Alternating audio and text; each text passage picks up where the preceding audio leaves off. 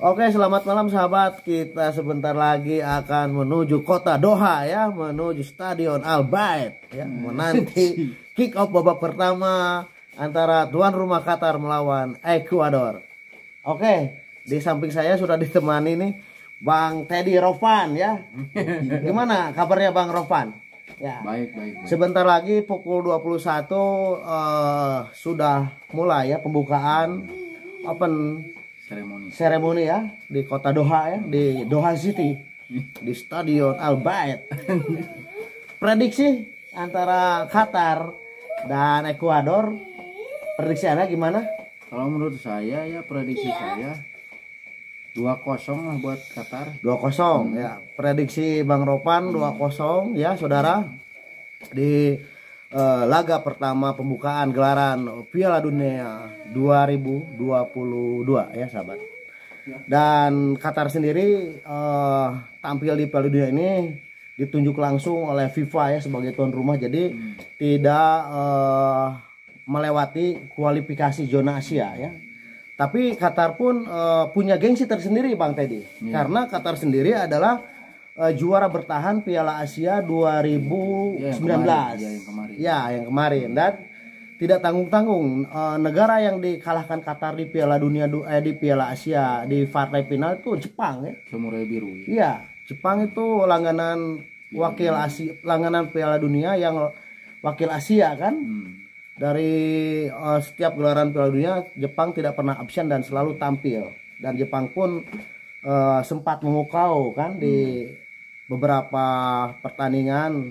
Setiap Piala Dunia sempat mengalahkan ya tim-tim Eropa.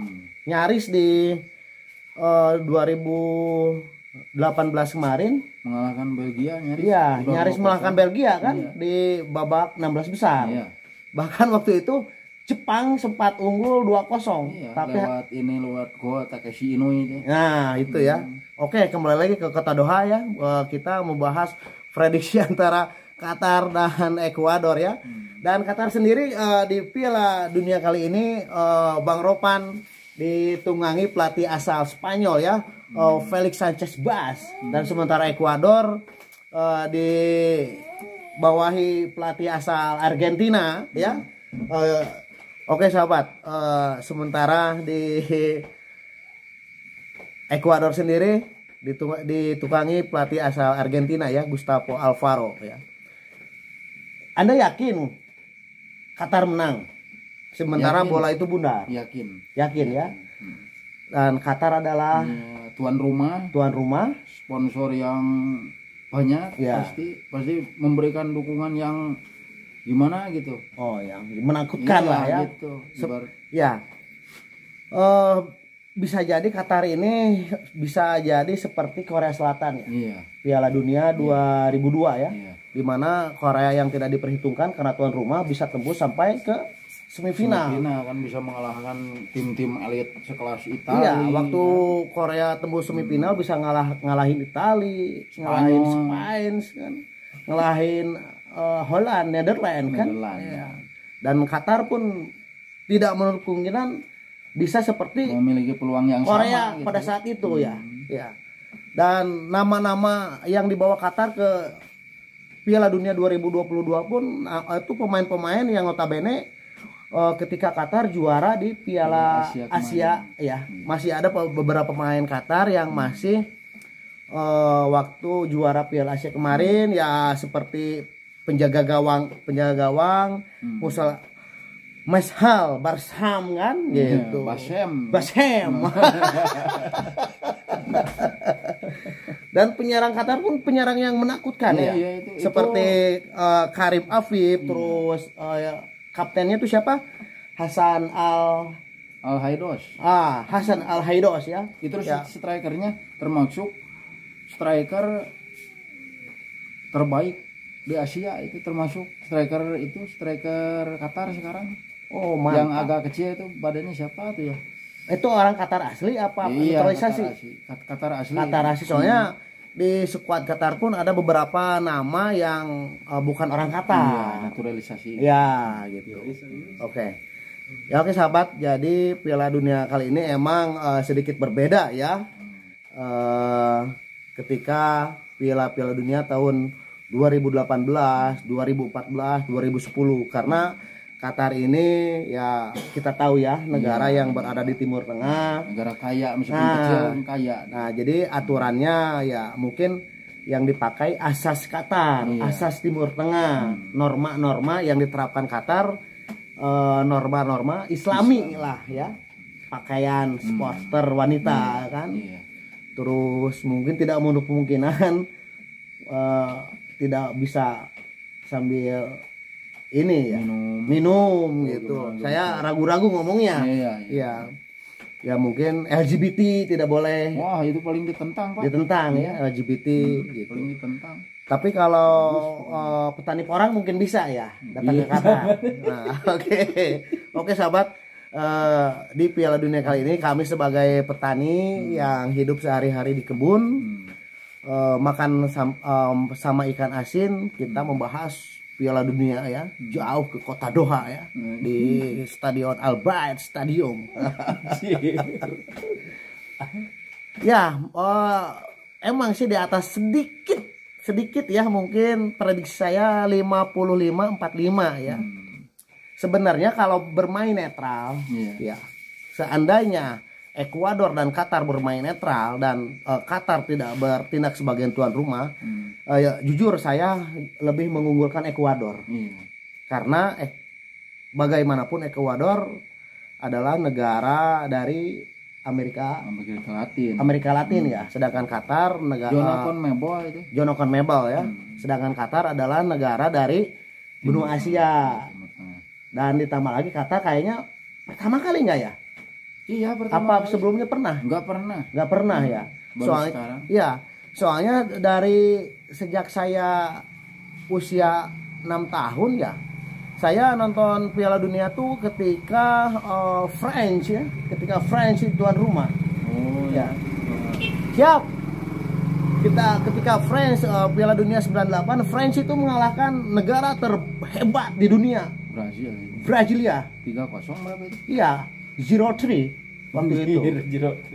Ketika pemain-pemain Brazil yang bertabur bintang kayak ada Roberto Carlos, Ronaldo, terus penjaga gawangnya siapa ya waktu itu?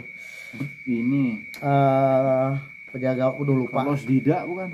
Ya mungkin Dida kan.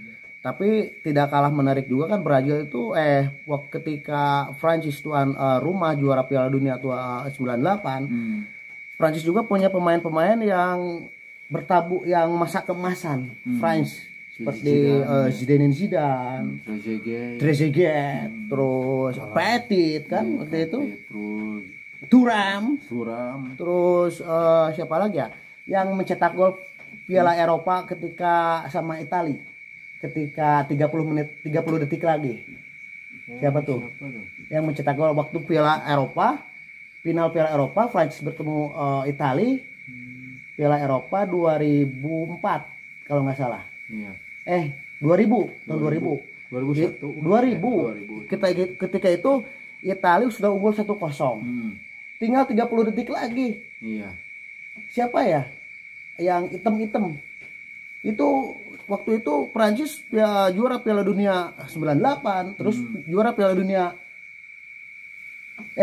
Eropa 2000 tahun 2000 gitu. Terus di 2020 William Gallas bukan?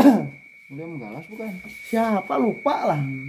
Terus di Piala Dunia 2002 jelas kan waktu itu Brazil ya mengalahkan tim Panzer Jerman 0-2 ya waktu itu. Ronaldo kan yang nyetaknya? Iya, Ronaldo. Ya. Terus di Piala Dunia 2006 Prancis kembali ke final. Ketemu Italia.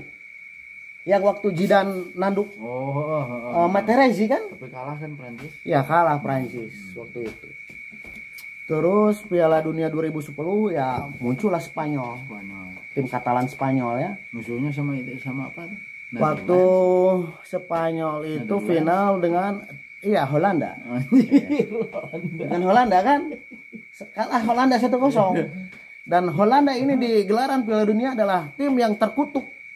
Bukan tim yang terkutuk, maksudnya tim yang dikutuk. 3 kali Netherlands nyampe ke final itu belum pernah juara, selalu kalah. Runner up ya. Iya, runner up terus gitu. Jadi maaf bukan Netherlands direndahkan bukan. Saya tadi salah ya, tapi kayaknya kena kutukan. 2006 2010 Spain ya. Spanyol. Terus 2014 waktu itu juaranya Jerman.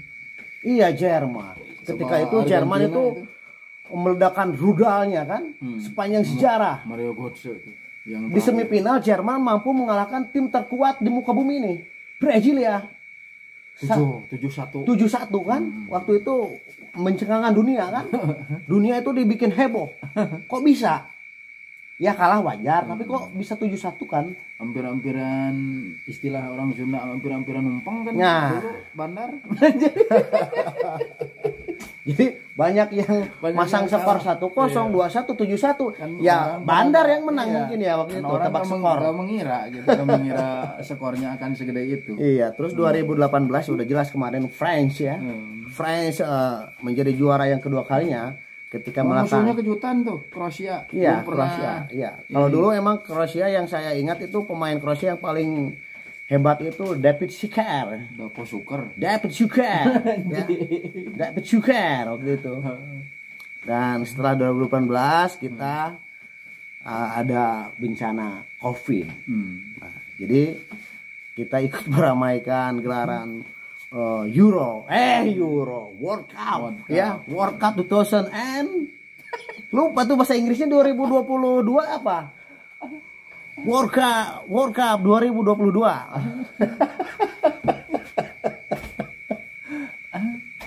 Oke sahabat, kayaknya kalau prediksi saya emang sih Qatar, tapi kayaknya tipis.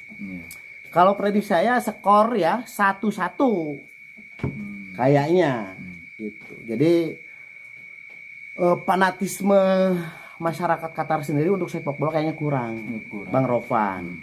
Jadi Qatar ini berbeda dengan negara-negara di Asia lainnya seperti Jepang, Korea, atau Bangladesh. Yang notabene kan 90% masyarakatnya kan sepak bola. Iya. Justru penggemar sepak bola terbesar itu yang di ranking FIFA agak jauh. Kayak kita kan Indonesia. Ranking FIFA kita terakhir kemarin ketika sudah mengalahkan Curacao itu naik ke peringkat 151, 52, 53 dari 170. Dan fanatik terbesar itu ada di Bangladesh. Iya, itu Indonesia dan Bangladesh. Tapi Bangladesh pun jangankan di dunia, di Asia pun emang ranking FIFA-nya agak jauh, rendah gitu ya. Oke sahabat, jadi menurut saya emang Qatar sedikit diuntungkan karena tuan rumah gitu. Tapi Qatar bukanlah Korea Selatan dan bukanlah Jepang ya. Jadi fanatisme masyarakatnya untuk sepak bola kayaknya kurang. Jadi itu juga bisa dimanfaatkan pemain-pemain Ekuador, bisa bermain lepas dan tanpa tekanan. Itu Bang Rovan. Dan untuk pertandingan besok, sahabat jangan lupa besok ada pertandingan tim dari Britania Raya ya, England akan berjumpa Iran ya. Untuk besok saya dukung Iran lah. Iran ya. Iya. Oke. Jadi besok akan ada setelah pertandingan pembuka ini Qatar vs Ekuador dan besok England melawan Iran ya. Dan England masuk ke Piala Dunia itu membawa gelaran runner up ya, Euro 2021 ketika kalah dari Italia ya. Dan yang mencengangkan tim pizza ya yang juara Piala Eropa tahun kemarin 2021 nggak lolos. Chili nggak lolos ya? Chili nggak lolos. Iya, Uruguay lolos ya. Oke sahabat, tetap semangat, kita ramaikan gelaran Piala Dunia 2022 langsung menuju ke kota Doha, ke Stadion Al Bayt. Kampion.